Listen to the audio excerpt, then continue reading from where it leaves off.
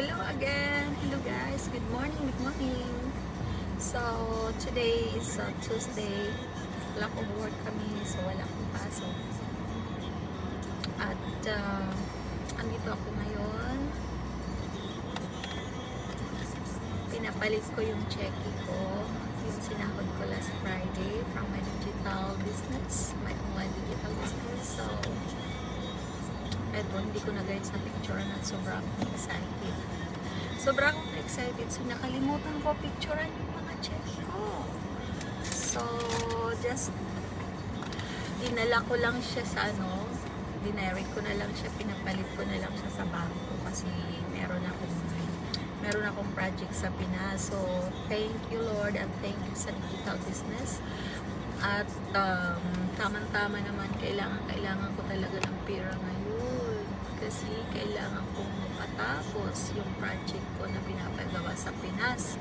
Kung bakit ako'y nagtitipid, sobra akong nagtitipid ngayon, and thank you Lord, ito na nga siya. At kung excited kayong makita kung magkaano ang aking na-encash, ay eto na siya. Bilangin natin. Hindi rin ako makapaniwala hanggang ngayon. So, guys, take note. This is not to brag, but to inspire. So, kung gusto nyo lang naman mag-join sa business kung saan nandun ako, pwede nyo akong i-PM or check nyo yung website ko. Ibibigay ko yung website ko kasama dito sa ibaba ng video na to. So, this is what I got from my digital online business. Andito pa ako ngayon sa harap ng bangko. At bibilangin ko muna to make sure na tama yung binigay ni banker. Alright, 1, 2,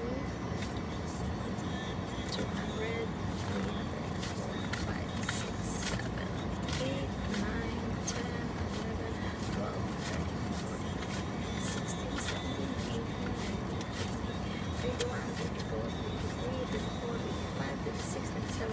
Okay, it's 28, which is $2,800. Yay! Nang dahil sa'yo, maipapagawa ko na ulit yung aking project sa Pinas. So, ito siya guys. And thank you sa unti-unti kong lumalago na online business. So, guys, kung kayo ay interested or gusto nyo ng extra income, huwag kayong magdadalawang isip na i-PM ako.